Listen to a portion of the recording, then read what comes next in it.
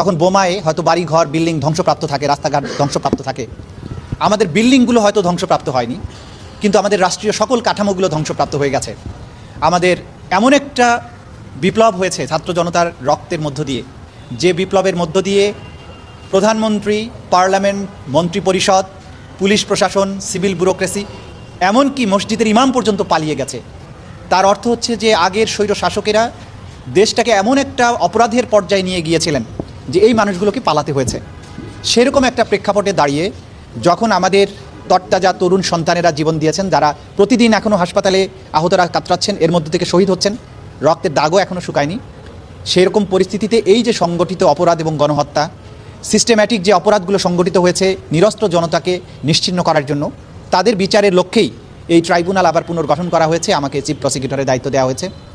এই মুহূর্তে আমি শহীদদেরকে স্মরণ করছি, বিশেষ করে আবু সাঈদ যে বুক বাড়িয়ে দিয়েছিল বাংলাদেশের জন্য। স্মরণ করছি আসহাবুল ইয়ামিন, সাভারে যাকে এপিসির থেকে অচেতন অবস্থায় কীভাবে ফেলে দিয়ে তাকে হত্যা করা হয়।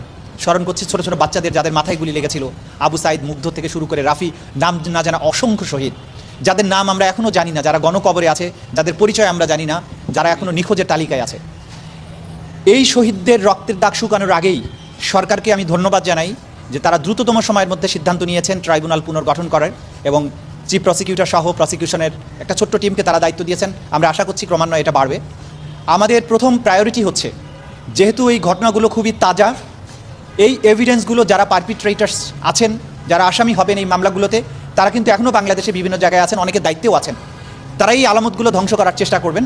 আমাদের প্রথম প্রায়োরিটি হচ্ছে এই হত্যাকাণ্ড, গণহত্যার যে আলামত আছে এগুলোকে সংরক্ষণ করা, দ্রুততম সময়ের মধ্যে এগুলোকে সংগ্রহ করে প্রসিকিউশন এবং তদন্ত সংস্থার হাতে নিয়ে আসা, যাতে করে ন্যায় বিচারের ক্ষেত্রে এই আলামতগুলোকে আমরা আদালতের সামনে উপস্থাপন করতে পারি। আমাদের ছোট ভাইয়েরা এবং আপামর জনতা যারা এই দ্বিতীয় মুক্তিযুদ্ধের সময় রক্ত দিয়েছেন, ফিল্ডে ছিলেন, যাদের চোখের সামনেই হত্যাকাণ্ডগুলো ঘটেছে, তাদের প্রতি আমাদের অনুরোধ থাকবে, আপনারা দয়া করে আপনাদের চোখে দেখা, আপনাদের হাতে থাকা যেসব এভিডেন্স আছে, যে সমস্ত তথ্য প্রমাণ আছে, শহীদদের তালিকা আছে, আহতদের তালিকা আছে, আসামিদের তালিকা আছে, কারা এগুলো করেছে, সেগুলো দ্রুততম সময়ের মধ্যে এই ট্রাইব্যুনালের প্রসিকিউশন টিম কিংবা তদন্ত সংস্থার কাছে পাঠিয়ে দিন, যাতে করে আমরা একটা প্রপার তদন্তের মাধ্যমে একটা সঠিক এবং ন্যায় বিচার করতে পারি। আপনারা জানেন যে একটা রাষ্ট্রে যখন একটা গণহত্যার মাধ্যমে একটা স্বৈর শাসনের পতন হয়, ইতিহাসের পট পরিবর্তন হয়, তারপরে শহীদ এবং নির্যাতিত যে সমস্ত মানুষ তারা প্রতিশোধ পরায়ণ হয়ে যান। এই প্রতিশোধ পরায়ণতার আগুন নেভানোর সবচাইতে উত্তম পন্থা হচ্ছে একটা ন্যায় বিচার প্রদান করা। যারা এই অপকর্মগুলো করেছে, অন্যায়গুলো করেছে, তাদের যদি একটা সঠিক বিচারের মাধ্যমে তাদেরকে সাজা দেয়া যায়, তাহলে মানুষ প্রতিশোধ প্রবণতার থেকে ফিরে আসে।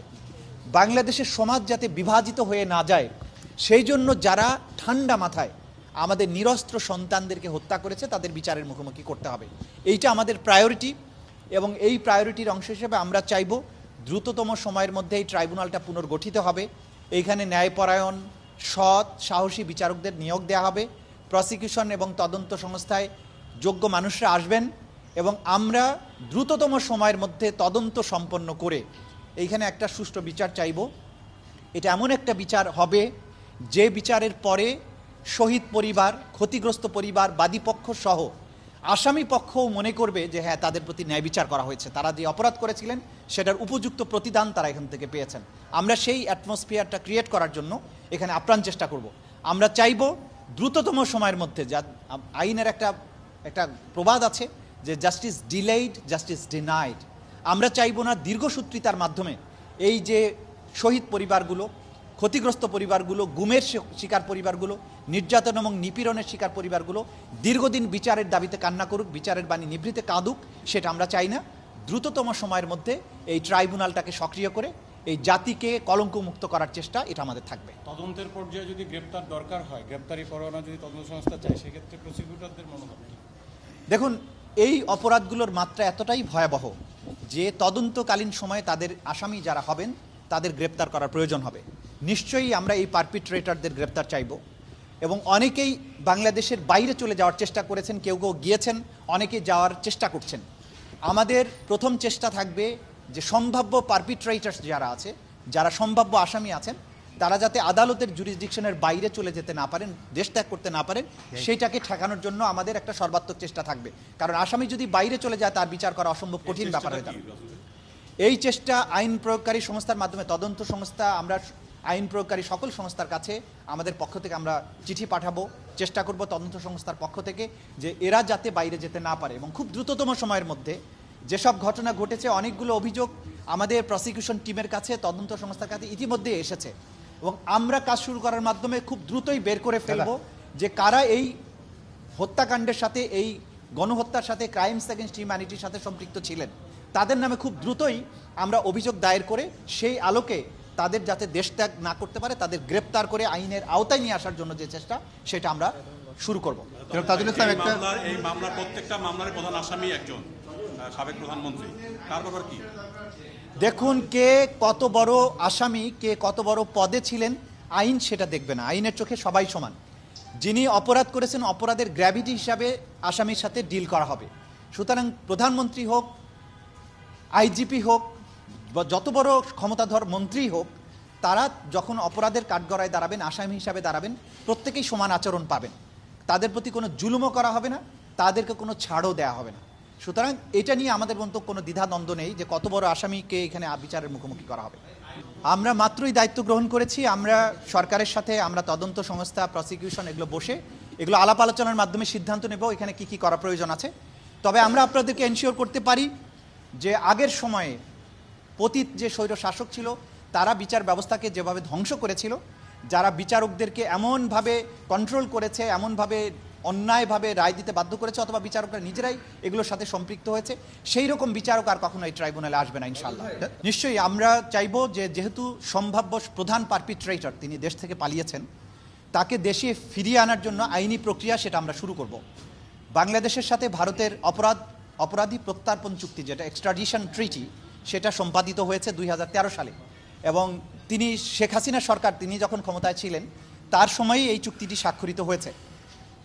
তিনি যেহেতু বাংলাদেশের গণহত্যার প্রধান আসামি হবেন বলে আমরা মনে করছি, বা অধিকাংশ মামলায় তাকে আসামি করা হয়েছে, সুতরাং এই প্রক্রিয়া শুরুর মাধ্যমে আমরা আইনগতভাবেই তাকে বাংলাদেশে ফিরিয়ে এনে বিচারের মুখোমুখি করার জন্য চেষ্টা করবো ইনশাআল্লাহ। তাজুল ইসলাম, একটা প্রশ্ন হলো যে আপনি দেখেছেন একটা ভিডিও ভাইরাল হয়েছিল যেখানে সাবেক স্বরাষ্ট্রমন্ত্রী একটা ভিডিও দেখছিলেন, যেখানে একজন পুলিশ অফিসার বলে যে গুলি করি একটা, মরে একটা, ওডি যায়, আর কেউ যায় না, বাকিগুলো তারা থাকে। এই ধরনের ভিডিওগুলো কিভাবে এভিডেন্স হিসেবে আপনারা আনবেন, মানে কিভাবে এগুলো দাখিল করবেন ট্রাইব্যুনালে?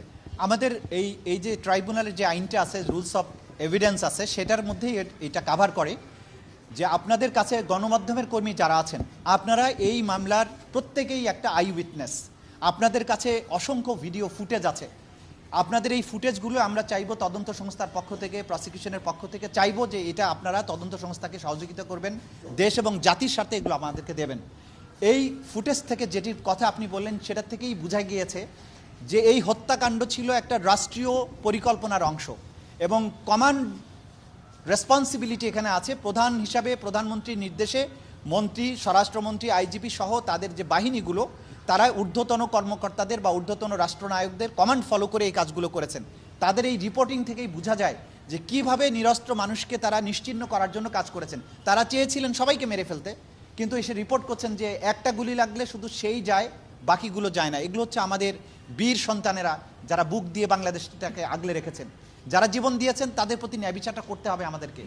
সেই কারণেই এই যে ওয়াইড স্প্রেড, সিস্টেম্যাটিক এবং রাষ্ট্রীয় পরিকল্পনার অংশ হিসাবে যে গণহত্যা এবং ক্রাইমস এগেনস্ট হিউম্যানিটি, সেইটার বিচারের আওতায় এই ট্রাইব্যুনাল। কারণ এই ট্রাইব্যুনালটা গঠিত হয়েছে বা এই আইনটাও তৈরি হয়েছে শুধুমাত্র এই বিশেষায়িত অপরাধের বিচার করার জন্য। সুতরাং আমরা তাদেরকে এই বিচারের আওতায় নিয়ে আসবো।